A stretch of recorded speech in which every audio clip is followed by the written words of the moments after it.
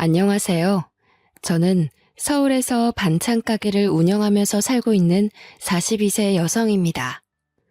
운명의 장난이란 말처럼 착하고 성실한 남편을 만나 결혼을 하고 남부럽지 않게 살았는데 불과 5년 만에 모든 것이 끝장나 버렸고 악몽 같은 일을 감당해야만 했습니다. 그때부터 제 인생은 나락으로 떨어져서 가시밭길을 헤치고 모진 고생을 하면서 살아야 했죠. 그 당시만 해도 깜깜한 터널 속에 들어선 것처럼 어둠밖에 보이지 않았습니다. 제 인생은 여기서 끝이 났고 더 이상 희망이 없다는 생각이 들어서 자포자기 상태에 빠졌는데 누군가의 도움으로 새로운 인생을 살게 되는 기적 같은 일을 겪게 되었는데요. 몇 년이 지난 일이지만 그 끔찍한 시간을 어떻게 견뎠는지 신기할 따름입니다. 그때의 경험으로 저는 이런 확신을 가지게 되었습니다. 인생이란 고진감래처럼 모진 고생도 언젠가는 끝이 나고 행복도 어느새 찾아오는 법이죠. 하루하루 사는 게 힘들고 지친다고 생각하는 여러분들에게 제가 어떻게 죽을 고비를 넘기고 구사일생으로 살아났는지 믿기지 않는 영화 같은 경험을 들려드리기 위해 글을 올립니다. 저희 부모님은 트럭을 몰고 다니면서 채소 파는 일을 하셨습니다. 새벽에 농산물 시장으로 나가서 각종 야채를 받아서 거래를 하는 식당에 대주셨고 오후에는 아파트나 주택가를 돌면서 주부들을 상대로 장사를 하셨어요. 부모님이 워낙 부지런하고 남을 속이는 법이 없으셨습니다. 다른 트럭이 질이 안 좋은 야채들을 싸게 팔아도 아버지도 정직하게 좋은 상품을 팔아야 한다고 하셨어요. 조금이라도 더 팔려고 손님들을 속이면 절대 안 돼. 당장은 돈 벌지 몰라도 나중에는 그것 때문에 반드시 망하게 된다. 아버지는 이런 식으로 장사를 하셔서 아버지를 믿고 오는 단골들이 많으셨죠. 아버지께서 먹고 살기 위해서 닥치는 대로 일을 해오시다가 친척의 소개로 엄마를 만나게 되셨습니다. 결혼을 한 뒤로는 중고 트럭을 사서 두 분이 같이 야채를 팔기 시작하셨어요. 그런데 두 분이 같이 일을 하니 어린 저를 맡길 곳이 마땅치 않았습니다. 유치원 종일반에 맡기면 됐지만 부모님께서 새벽 3시에 일어나서 농산물 시장에 가야 해서 유치원에 맡겨도 소용이 없었습니다. 그래서 부모님은 저를 트럭에 데리고 다니셨어요. 그래서 제게는 아버지의 트럭이 침실이었고 놀이터였죠. 부모님께서 식당에 납품을 하러 갈 때면 식당 아주머니들의 예쁨을 받곤 했어요. 아이고, 우리 이쁜 미경이 왔구나. 어린 것이 고생이 많아. 밥은 먹고 나왔니? 단골 식당에 들리면 식당 아줌마들께서 저를 아주 예뻐해 주셨어요. 제게 요구르트나 귤 같은 걸 챙겨주시면서 기특하게 바라봐 주셨죠. 그 중에서도 7년째 단골인 부부가 같이 식당을 운영하는 곳이 있었습니다. 그 식당 주인을 만나게 된 계기도 참 특별했죠. 부모님이 채소를 팔아보려고 식당마다 찾아다니면서 고정적으로 거래해보자고 부탁할 때였습니다. 사장님, 채소 거래하는 곳 없으면 저희가 싸게 드릴게요. 제일 좋은 물건만 드릴 테니까 한 번만 거래해보세요. 아유, 갑자기 와서 왜 그러세요? 우린 채소 대주는 사람이 따로 있어요. 대부분의 식당은 거래처가 있다는 이유만으로 거절했는데 그 식당 주인은 첫 만남에서 흔쾌히 채소를 받겠다고 수락했습니다. 오, 안 그래도 거래처 좀 찾으려고 했는데 야채를 아주 좋은 걸로 골라오셨네. 좋아요. 계속 가지고 오세요. 주인 아저씨 말로는 시장에 직접 나가서 채소를 사고 있었다고 합니다. 마침 고정적으로 대주는 거래처를 찾고 있었는데 저희가 나타난 거죠. 아버지가 가지고 온 물건이 마음에 든 아저씨는 아침마다 시장에 가지 않고 아버지를 믿어보기로 했습니다. 그렇게 시작된 거래가 7년이 넘게 이어지고 있는데요. 그 식당 주인 부부는 아주 좋으신 분들이었습니다. 저를 보면 늘 사탕이나 과자를 챙겨주었고 가끔씩 용돈을 주기도 하였습니다. 그럴 때마다 저희 엄마가 급하게 말려보았지만 소용없었죠. 어이구, 사장님, 그러지 마세요. 애 버릇 나빠져요. 아니에요. 내 딸 같아서 그래요. 미경아, 괜찮아. 어서 받아. 제가 엄마 눈치만 보고 있으니까 주인 아줌마께서 웃으면서 용돈을 주었어요. 그 식당 주인 부부에게는 저와 동갑인 아들이 있었습니다. 시간이 지나서 제가 초등학생이 되자 주인 아줌마께서 농담처럼 저를 며느리로 삼겠다고 하셨죠. 미경아, 너 나중에 누구랑 결혼할래? 아줌마가 제일 좋다며. 그럼 우리 진수랑 결혼해야지. 네, 전 진수랑 결혼할 거예요. 결혼해서 진수랑 아줌마랑 같이 살래요. 어린 마음에 결혼한다는 의미도 잘 모르고 하는 소리였죠.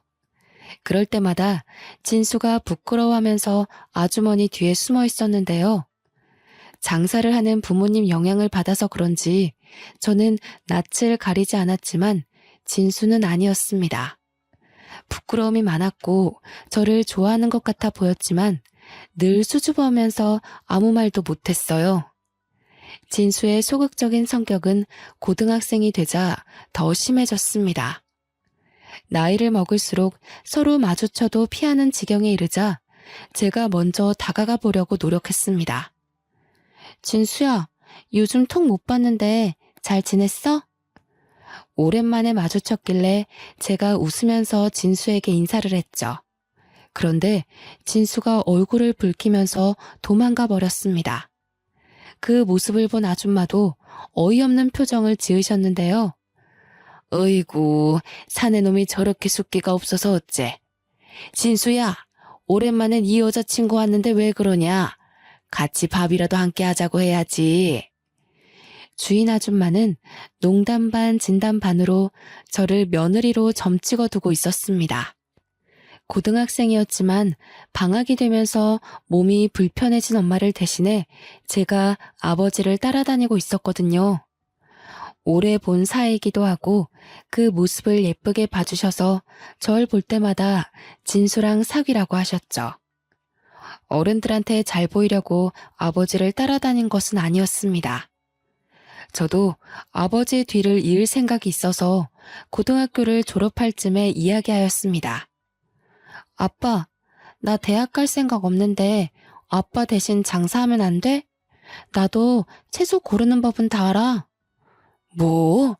말도 안 되는 소리 하지 마. 전문대라도 갈 생각을 해야지. 20살도 안 된 기집애가 장사는 무슨 놈의 장사야? 아버지는 제 말을 끝까지 들어보지도 않고 안 된다고 하셨어요. 하지만 저는 매일같이 고생만 하는 부모님이 너무 안쓰러워서 편하게 대학에 갈 수 없었습니다. 대학 등록금을 생각하면 제가 장사를 하는 게 더 속 편했거든요. 더군다나 공부에 관심이 없기도 하였습니다. 고등학교를 다닐 때만 해도 매일 수업 듣고 숙제를 하는 게 지겨웠습니다.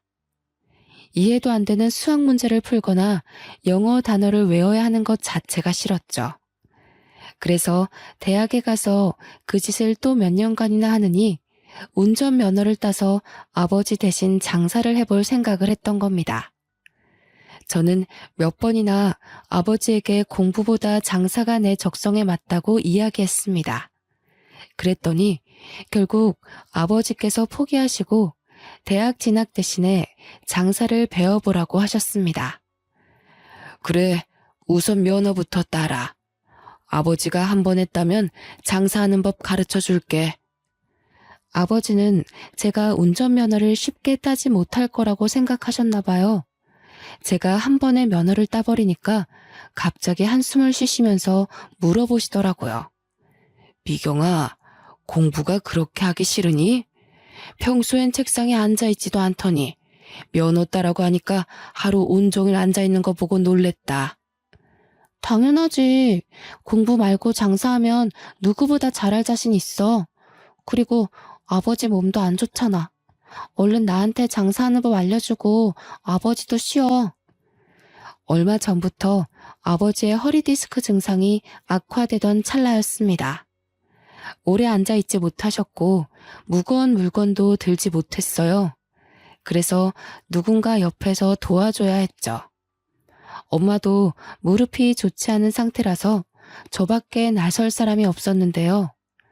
제가 면허도 한 번 했다고 아버지를 열심히 도와드려서 그런지 아버지께서 제 대학 이야기를 더 이상 꺼내지 않으셨습니다. 그리고 트럭으로 운전 연수를 시켜주셨죠. 아버지께 트럭 운전을 배운 지 한 달이 지나자 저 혼자 운전할 실력이 되었습니다. 아버지도 저를 믿고 운전대를 완전히 넘기셨어요. 배우는 게 빠르네. 네 말대로 넌 장사꾼 체질인 것 같다. 그치? 내가 뭐라 했어. 나 대학 가면 큰일 날 뻔했다니까. 아버지께 인정받게 되니까 신이 나서 더 적극적으로 장사를 했던 것 같습니다. 그래서 그 뒤로 아버지를 대신해서 제가 채소 장사를 하게 되었어요. 단골 식당 주인들은 모두 저를 알고 있어서 장사는 매우 수월했죠. 대부분 아주 기특하다고 칭찬을 해주셨지만 주택가를 돌다가 처음 채소를 사러 온 아주머니들은 새파랗게 어린 제가 혼자서 장사를 하는 걸 보고 놀라셨어요. 어머, 사장님이 젊으시네. 아니, 사장님이 따로 계신 건가? 아니요, 제가 주인이에요. 아버지랑 하다가 물려받았어요.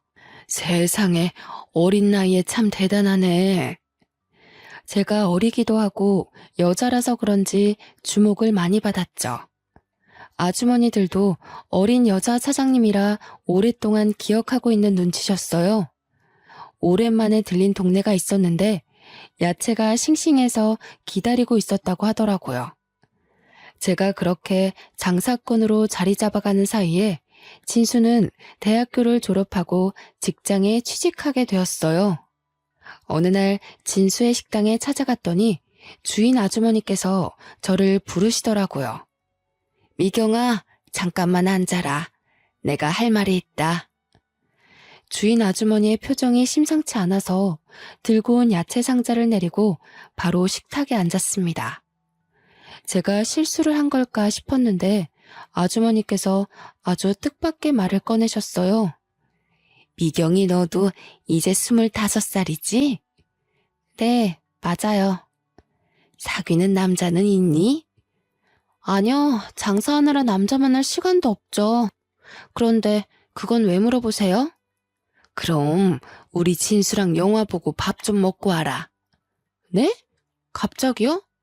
영화랑 밥은 왜? 아니, 진수 이 녀석이 너 좋아하는 것 같은데 끝까지 아니라는 거 있지? 그러면서 너 언제 오냐고 물어보고 어디서 장사하냐고 물어보는데 지겹다 지겨워. 진수가 그랬다고요? 저만 보면 피하는 것 같았는데 설마요? 에이, 내가 용돈 줄 테니까 네가 영화 보러 가자고 해봐라. 진수 그 녀석 좋다고 해볼래 할 거다. 남들이 보면 당혹스럽고 이상한 상황일 수도 있었지만 저는 이번에 진지하게 만나볼까 하는 생각도 들었습니다. 오래전부터 진수에게 호감이 있었고 어릴 때만 해도 진수랑 자주 돌아다녔거든요. 근데 나이를 먹어갈수록 진수는 절 불편하게 생각하는 것 같아서 거리를 두고 있었습니다. 이제 생각해보니 진수도 절 좋아하게 돼서 쭈뼛거렸던 것 같네요. 그래서 저는 남편과 약속을 잡아서 영화를 보았고 본격적으로 연애를 시작하게 되었습니다. 정식으로 만나자는 말이 나오자 역시나 남편이 절 오랫동안 좋아하고 있었다는 말을 꺼내더라고요. 예전부터 너 좋아하고 있었는데 쑥스러워서 말 못했어. 내가 남자답게 먼저 밥이라도 먹자고 하는 거였는데 끝까지 못하겠더라. 남편은 호감을 가지고 있었지만 제게 말을 걸지 못해서 갈팡질팡하고 있었나 봅니다. 그 사실을 알고 있던 시어머니께서 다리를 놔주신 거죠. 저희들은 어릴 때부터 알고 있어서 사이가 급격하게 가까워졌습니다. 사귄 지 1년 만에 결혼 이야기가 나왔죠. 상견례 자리부터 결혼식 당일 신혼생활까지 더할 나위 없이 행복했습니다. 20년 넘게 알고 지내서 친부모나 다름이 없는 시부모님과 같이 사니 시댁살이가 아니라 제 친정에 남편이 들어와서 처가살이 하는 것 같더라고요. 제가 집안일이라도 하려고 하면 시어머니가 다가와 말린 적도 있었습니다. 아유, 방금 장사하고 들어온 애가 무슨 설거지야. 넌 가서 좀 쉬고 있어라. 설거지는 내가 하마. 아니에요, 어머님. 제가 할 테니까 어머님이 쉬세요. 네 시아버지가 보면 며느리 부려먹는다고 역정낸다. 어서 들어가서 쉬고 있어. 여자 혼자 장사를 하는 것도 걱정을 많이 하셔서 장사도 접게 되었습니다. 시부모님의 식당 일을 돕게 됐는데 장사 일보다 수월했어요. 저를 언제나 딸같이 챙겨주시는 것은 물론 야채 파는 일보다 돈을 많이 벌었으니까요. 식당을 찾아오는 손님도 많고 정신없어서 점심 장사가 끝나고 잠깐 한가해지면 시어머니는 한사코 저를 쉬게 만드셨습니다. 시아버지도 제가 일하는 걸 볼 때마다 이렇게 말씀하셨죠. 아가, 시애미는 뒀다가 무엇에 쓰려고 그래? 그냥 시애미가 하게 둬라. 아버님, 어떻게 어머님한테 시키겠어요. 당연히 제가 해야죠. 제가 끝까지 테이블 닦는 일을 하고 있으니까 시아버지가 시어머니를 불러서 시키셨어요. 남들은 시집살이 때문에 힘들어 하던데 저는 결혼 후가 훨씬 더 편했습니다. 천국에서 사는 것처럼 편하고 행복했죠. 남편도 제 속을 썩이지 않았습니다. 저밖에 모르는 가정적인 남자였거든요. 그래서 5년 동안 그 흔한 말다툼 한번 하지 않고 늘 웃으면서 지냈습니다. 그런데 꿈 같은 결혼 생활도 금방 끝이 나고 말았습니다. 하루아침에 박살나고 말았죠. 퇴근을 하던 남편이 교통사고를 당해서 허망하게 세상을 떠나버린 겁니다. 음주운전을 하던 승용차가 중앙선을 넘어와서 남편 차와 정면 충돌했다고 하더군요. 그 사고로 가해 차량 운전자도 목숨이 위태로울 정도로 크게 다쳤고 남편은 그 자리에서 사망하고 말았어요. 남편의 사망 소식을 들은 시어머니는 그 자리에서 혼절하고 마셨습니다. 애지중지 키운 외동아들이 세상을 떠나서 저보다 더한 충격을 받으신 것 같았는데요. 그런데 더 나쁜 일은 일어났습니다. 병원에서 겨우 의식을 회복한 시어머니께서 뇌졸중 증상을 보이신 것이었습니다. 말을 제대로 하지 못하고 오른쪽 편마비가 와버렸죠. 남편을 떠나보내고 정신을 추스를 겨를도 없이 시어머니까지 쓰러지자 하늘이 무너질 것 같았습니다. 하지만 저까지 정신줄을 놓고 있을 수 없었습니다.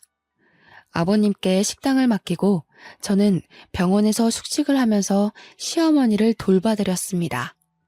아버님도 식당 문 닫을 시간에 병원 앞을 찾아오셔서 제게 힘을 북돋아 주셨죠.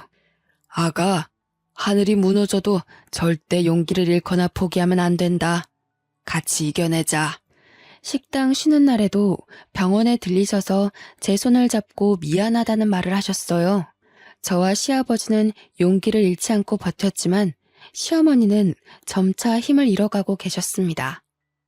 아들을 잃은 후로 실어증에 걸린 사람처럼 말이 없었고 몸이 말을 듣지 않는 지경에 이르자 살아야겠다는 의지를 놓아버리신 것 같았죠. 결국 저희 어머님은 병원에 입원한 지 6개월 만에 돌아가시고 말았습니다. 어머님까지 돌아가시자 정말 눈물밖에 나오지 않더군요. 이제 의지할 사람이라고는 시아버지밖에 없었습니다. 그런데 시어머니 장례식을 치르고 보름이 지나자 아버님께서 놀라운 말을 꺼내셨어요. 안 사람도 죽었는데 네가 계속 내 곁에 있어봤자 뭐하냐. 너도 더 늦기 전에 재혼해라. 내가 좋은 자리를 알아놨다. 아니 아버님, 그게 무슨 말씀이세요? 재혼을 하라뇨. 저는 아버님 모시고 계속 살 거예요. 아니다. 네가 없어도 나는 혼자 잘 살 수 있다. 괜히 너까지 발목 잡혀서 과부로 지내게 할 수는 없어. 네가 재혼 안 하면 혼자 남은 며느리 끼고 사는 고약한 시애비라고 욕할 거야. 그러니까 좋은 사람 만날 준비부터 하거라. 아버님께서 적당한 재혼 자리까지 알아놓으셨다면서 고집을 피우셨어요. 저는 싫다고 했지만 시아버지가 재혼식이 놓쳐서 나중에 후회하지 말라는 말까지 꺼내셨죠. 그 설득과 호소가 한 달이나 이어져서 저도 포기했습니다. 딱 한 번만 만나봐서 아버님 마음이라도 편하게 해드리려고 했는데요. 시장에서 반찬 가게를 하는 여성의 아들을 만나보았는데 생각보다 좋은 사람이었습니다. 전 남편과 다르게 적극적이고 말주변도 화려해서 시간 가는 줄 몰랐습니다. 그렇게 몇 번의 만남을 더 가지다 보니 재혼까지 하게 되었네요. 저랑 재혼한 남편은 아내가 먼저 세상을 떠나서 혼자가 되었다고 했으니까요. 그런 점들 때문에 마음이 잘 맞아서 재혼을 결심하게 되었습니다. 그런데 그 결혼 하지 말았어야 했습니다. 막상 재혼하고 나니 제가 생각한 재혼 생활이 아니었거든요. 시댁살이하게 된 첫날 어머님께서 저를 보자마자 식당 이야기를 꺼내셨습니다. 이혼 전에 식당에서 일해봤다며? 반찬이나 음식은 잘하겠구나. 네, 웬만한 건 돌아가신 시어머니께 다 배웠어요. 그럼 됐다. 내일부터 가게에 나와서 일 거들어라.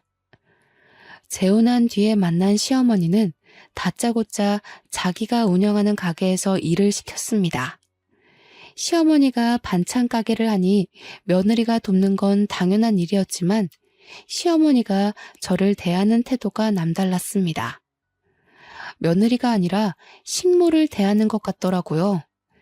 게다가 시어머니는 힘든 일이 생기면 무조건 저를 불렀습니다. 오늘은 총각김치를 담아야 하니 무부터 다듬어 놓고 양념거리 준비해라. 시어머니가 운영하는 반찬 가게는 규모가 상당히 컸습니다. 장사도 잘 되는 편이라서 매일같이 김치를 담아야 했고 여러 가지 반찬거리를 준비하느라 채소를 다듬어야 했어요. 힘이 들어서 잠깐 쉬기라도 하면 시어머니는 금세 다른 일거리를 가져오셨습니다. 아니, 지금 퍼즐 앉아서 뭐 하는 거야? 손님들 오기 전에 반찬들 담아서 포장해 놓으라고. 할 일이 많은데 너만 지금 쉬고 있어?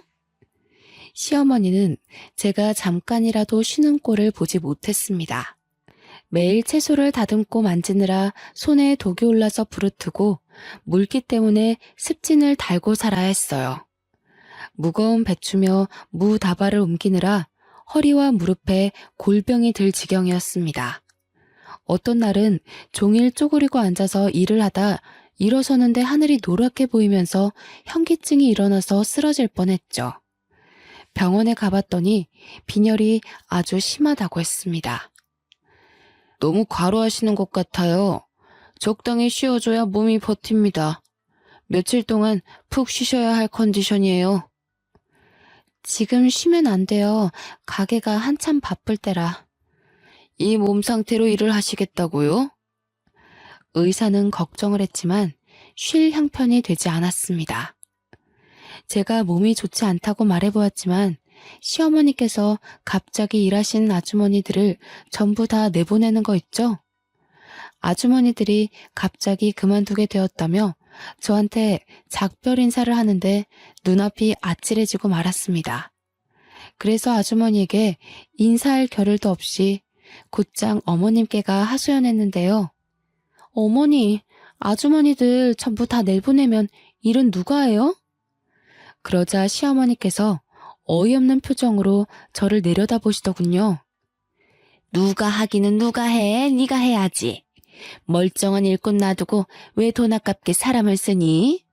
안 그래도 자르려고 했는데 네가 하도 엄살 피우길래 며칠 더 데리고 있었던 거다. 그 말을 듣는 순간 정말 기가 막혀서 예의 차릴 생각도 들지 않았습니다. 그래서 평소랑 다르게 버럭 소리를 지르고 말았죠. 어머님, 정말 너무하세요. 가게를 시작한 후로 빈혈도 심해지고 허리도 안 좋아서 쉬어야 한다고 했잖아요. 그런데 갑자기 이러시는 게 어디 있어요?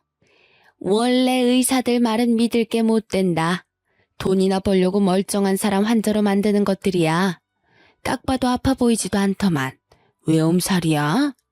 잔말 말고 어서 시킨 일이나 해.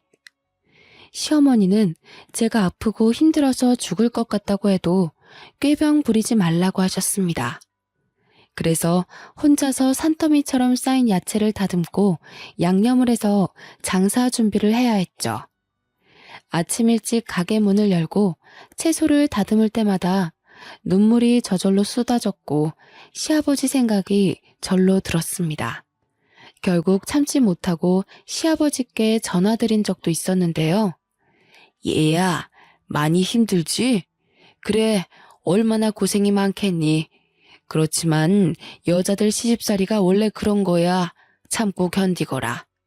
그리고 이제부터 나한테 전화하지 말거라. 내가 네 치납이면 어찌 해주겠는데 나도 남의 집 사정 끼어들 수도 없다. 기댈 곳이 시아버지뿐이라서 연락한 건데 이렇게 차갑게 나오시다뇨. 제가 자주 연락드려서 그런 거냐고 조금만 전화하겠다고 사정해도 아버님은 차가우셨습니다. 그리고 며칠 뒤에 다시 전화를 해봤지만 없는 번호라는 안내 멘트가 나오더군요. 아버님께서 아예 전화번호도 바꾸고 저와 연락을 끊어버린 겁니다. 혹시나 하는 마음에 시아버지가 운영하던 식당에 찾아가 봤는데 주인이 바뀌었더라고요. 시아버지는 저 몰래 식당을 처분하신 것 같았습니다. 아버님과도 인연이 끊어졌다고 생각하니 기운이 쭉 빠졌습니다. 이제 별 방법도 없었죠. 시어머니의 구박을 억지로 견디면서 살아야 했는데요. 그러다 남편이 제게 거짓말을 했다는 사실을 알게 되었습니다. 남편의 전처가 갑자기 세상을 떠난 걸로 알고 있는데 그게 아니었어요. 남편은 전처와 이혼을 하고 갈라섰던 것이었습니다. 시어머니와 남편이 둘이 속닥거리는 소리를 듣고 잠자리에 들기 전에 남편에게 물었죠. 당신 나한테 거짓말한 거 있지? 전처랑은 사별한 거라면서 아까 어머님이랑 한 이야기는 도대체 뭐야? 뭐? 설마 몰래 엿들은 거야? 이제 와서 그게 무슨 상관이야? 사별한 거나 이혼한 거나 매한가지 아니야? 그게 어떻게 똑같아? 왜 이혼한 건데? 이상한 이유로 이혼한 거야? 나한테 왜 거짓말한 건데? 이상한 이유로 이혼한 거 아니야. 사실대로 말하면 왜 이혼했는지 물을 거잖아. 그래서 그냥 전초가 죽었다고 한 거야. 아니, 그러니까 왜 이혼한 거냐고. 좋게 말할 때 이야기해. 어머님까지 다 깨우기 전에. 제가 끝까지 물고 늘어지니까 남편이 전처가 바람이 나서 갈라선 거라고 이야기했어요. 그런데 재혼을 할 때 그런 사정을 구구절절 설명하기 귀찮아서 거짓말한 거라고 하더군요. 하지만 남편의 거짓말은 여기서 끝난 게 아니었습니다. 남편이 그동안 사업을 한다고 했지만 알고 보니 백수 건달이었죠. 제게 주는 생활비도 날마다 시어머니를 통해서 돈을 타오던 것이었습니다. 남편이 평소처럼 출근한다고 해놓고 나갔는데 핸드폰을 놔두고 갔길래 급히 남편을 따라간 적이 있었습니다. 그런데 남편이 PC방에 들어가더니 안 나오더라고요. 혹시나 해서 따라갔더니 남편이 컴퓨터 게임을 하고 있었습니다. PC방 알바생한테 남편에 대해 물으니 단골 손님이라고 하더군요. 딱 봐도 일하러 간다고 해놓고 매일 여기로 온 것 같아 저도 참다 못해 폭발하고 말았습니다. 당신 여기서 지금 뭐 하고 있는 거야? 설마 매일 여기 와서 게임하다가 온 건 아니지? 내가 무슨 거짓말을 했다고 그래. 지금도 사업 준비 중이야. 여기는 어쩌다 한번 온 거라고. 그럼 나한테 말을 해야지. 당신 이혼도 그렇고 도대체 왜 날 속이는 거야? 백수면 백수라고 솔직하게 말해야지. 왜 사업가 행세를 했냔 말이야. 엄마한테 돈 조금씩 받아서 투자하고 있었어. 아무것도 모르면서 따지고 들지 마. 지금 그게 중요해? 날 몇 번이나 속인 거냐고 따지는 거잖아. 당신 이거 말고 속인 거 있어? 좋게 말할 때 다 불어. 아이고, 그래. 나 백수라고 다 떠들고 다녀라. 동네 사람들 다 알겠다. 나 백수라고 소문내서 속이 시원하냐? 조금만 기다려봐. 곧 준비하고 있는 사업 대박 나면 너 같은 것도 얄짤 없으니까. 남편이 저한테 삿대질을 하면서 오히려 큰 소리를 치길래 저도 목소리를 높였죠. 결국 알바생에게 쫓겨나고 집으로 돌아왔지만 남편은 나아지지 않았습니다. 1년이 지나도록 남편이 준비한다는 사업은 시작도 하지 못했는데요. 하지만 저는 매일 뼈 빠지게 고생하느라 날이 갈수록 삐쩍 말라가고 있었습니다. 제가 녹초가 되도록 몇 사람 몫의 일을 해낸 덕분에 시어머니는 시장을 벗어나서 건물의 1층에 반찬 가게를 열게 됐네요. 그러던 와중 단골 손님까지 생겨서 단체 주문을 받게 되었습니다. 저희 가게의 단골 손님 중에 부잣집 사모님들이 몇 분 계셨는데 김장철이 되자 사모님들이 단체로 자기들 김장을 시어머니에게 부탁한 겁니다. 무려 70포기의 김장을 해달라는 것이었죠. 시어머니는 그 주문을 기다렸다는 듯이 덥석 받아버렸습니다. 저는 당연히 아줌마들 몇 명을 동원해서 김장할 줄 알았는데 그게 아니었습니다. 갑자기 아무도 없는 가게에 저를 부르더니 김장 이야기를 꺼내더라고요. 김장 70포기 해달라고 주문이 들어왔거든. 내일 아침에 트럭 한 대가 올 거다. 배추랑 무 싣고 오는 트럭이니까 그 트럭 오자마자 바로 시작하거라. 어머님, 설마 그 많은 김장을 저 혼자 하라는 건 아니죠? 설마 하는 마음에 물어보았지만 제 불길한 예감은 맞았습니다. 시어머니는 아주 당연하다는 듯이 고개를 끄덕이고 있더군요. 김장 70포기 정도는 너 혼자 충분하잖아. 당연하게 사람 불러달라고 하고 있니? 전 어이가 없어서 입이 다물어지지 않았죠. 그 일을 혼자 하다가는 죽을 수도 있겠다는 생각이 들어서 얼른 정신을 차리고 소리쳤습니다. 어머님, 제가 일하는 기계도 아니고 그 많은 김장을 어떻게 혼자 해요? 전 못해요. 아니, 인연이 어디서 눈을 부라리고 대들어? 너 혼이 나야 정신을 차릴 거냐? 어머님께서 앙칼진 목소리로 고함을 지르더니 갑자기 제 뺨을 때렸습니다. 그 뺨을 맞는 순간 제 정신도 번쩍 들었죠. 왜? 이제 정신이 좀 드냐? 어느 집안 며느리가 시어머니한테 대들어? 한 번만 더 대들었다간 다리를 분질러 버릴 거야. 기가 막히고 분했지만 충격을 너무 심하게 받아서 눈물조차 나오지 않았습니다. 마음 같아서는 당장 짐 싸들고 친정으로 가고 싶었지만 그럴 수도 없었죠. 부모님 두 분 다 건강이 좋지 못해서 병원에 계셨기 때문입니다. 아무리 힘들어도 몸이 아픈 부모님께 상처를 주고 싶지 않았습니다. 그래서 몰래 눈물을 흘리며 잠도 자지 못하고 밤을 지새웠는데요. 다음 날이 되자 김장거리를 실은 트럭이 왔습니다. 날씨는 거의 한겨울처럼 매서운 바람이 불었죠. 저는 꽁꽁 언 손을 입김으로 불어가면서 배추를 다듬기 시작했습니다. 그런데 아무리 해도 끝이 보이지 않더군요. 이를 악물고 부지런히 손을 눌려봐도 배추가 줄어들지 않았습니다. 몸은 점점 아파오고 손이 얼어붙어서 감각이 점점 없어지고 있었습니다. 그러다가 무거운 양동이를 들어 올렸는데요. 그 순간 눈앞이 캄캄해지면서 의식을 잃고 말았습니다. 겨우 정신을 차리고 눈을 떠보니 병실에 누워있더라고요. 제 옆에는 낯익은 분이 앉아 계셨습니다. 온화하면서 따뜻한 눈빛으로 쳐다보길래 순간 누군가 싶었죠. 멍하니 그 얼굴을 바라보고 있는데 순간 시아버지라는 생각이 들었습니다. 아버님. 아가, 이제 정신이 드냐? 3년 동안 연락이 끊어져서 무척이나 반가웠어요. 그땐 저를 차갑게 내친 것은 기억도 나지 않고 말도 없이 사라진 것도 떠오르지 않았습니다. 그저 아버님을 만났다는 생각만으로 기운이 나서 시아버지의 손을 꾹 잡았는데요.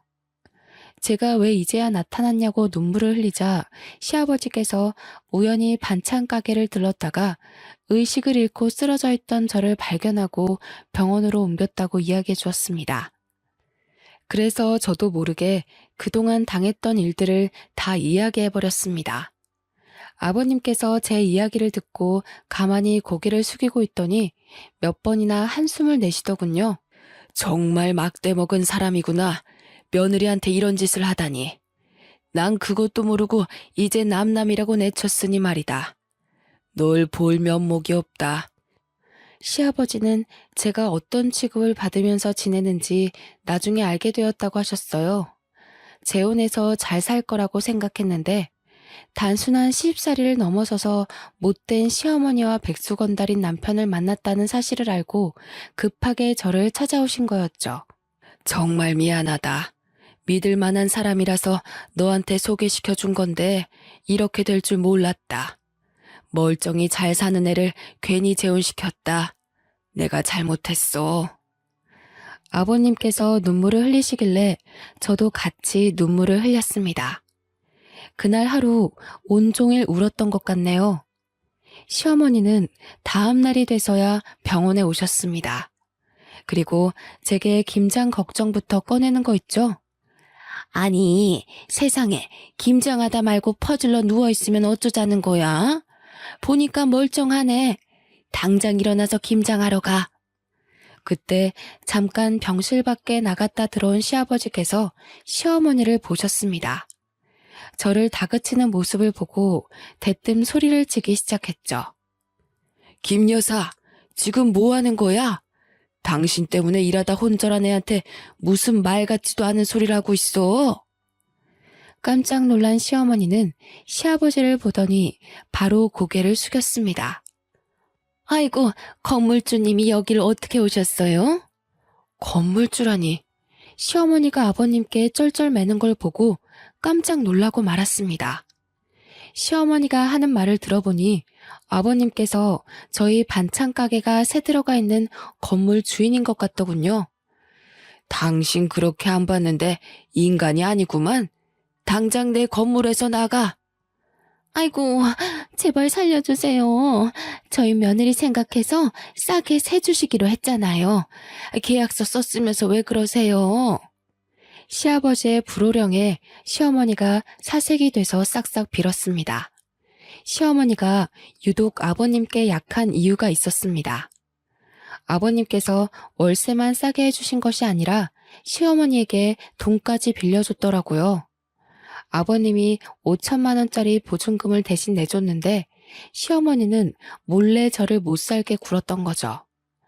아버님은 은혜도 모르는 년이라고 시어머니를 건물에서 쫓아내겠다고 하셨습니다. 물론 5천만 원도 당장 달라고 소리치셨는데요. 어머님이 그 소리를 듣고 허리를 몇 번이나 숙이며 사과를 하고 있었습니다. 아유, 죄송합니다. 며느리가 꾀병 부리는 줄 알았어요. 다 나을 때까지 설거지도 안 시킬 테니까 이번만 어떻게 봐주시면 안 될까요? 그럼 지금 가서 김장 다 하고 오세요. 그러면 쫓아내진 않을 테니까. 네? 그걸 어떻게 혼자서 해요? 며느리는 젊어서 그렇지 저는 나이 먹을 대로 먹었고. 딱 봐도 우리 며느리 아픈데 일 시켰구먼. 싫으면 당장 짐 싸서 나가세요. 아니에요. 할게요. 할 거니까 기다려주세요. 시어머니가 병원을 나서니까 아버님도 감시해야겠다며 따라 나서더군요. 시어머니는 시아버지의 감시하에 혼자서 70포기의 김장을 담아야 했습니다. 몸살이 나서 사흘 동안 알아누웠다는 말을 전해 듣고 어찌나 속이 시원하던지요. 게다가 다시 병문안을 온 시아버지께서 충격적인 소식을 이야기해 주셨습니다. 내가 3년 만에 널 찾아온 이유가 있다.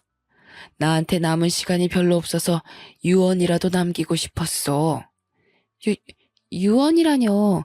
도대체 그게 무슨 말씀이세요? 한 달 전에 시한부 판정을 받았다. 몇 개월 안에 죽을 거라고 하니까 너밖에 생각나지 않더라. 네가 힘들게 살고 있다는 사실도 늘 마음에 걸렸는데 잘 된 일이지. 제가 놀라서 얼굴이 새하얗게 질렸는데도 아버님께서 태연하게 웃어 보이셨습니다. 시아버지는 저와 연락을 끊은 뒤에 식당을 처분하고 30년 넘게 모은 재산을 모두 털어서 건물을 사셨다고 했어요. 그 뒤로도 계속해서 쉬지 않고 일을 했는데 전부터 피곤하고 몸이 좋지 않았다고 합니다.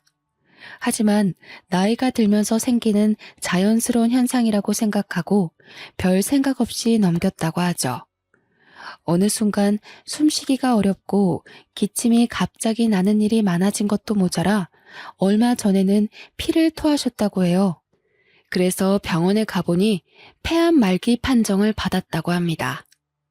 수명이 길어야 1년 정도밖에 안 남았다는 말을 듣고 아버님께서 모든 걸 내려놓고 절 찾아오셨습니다.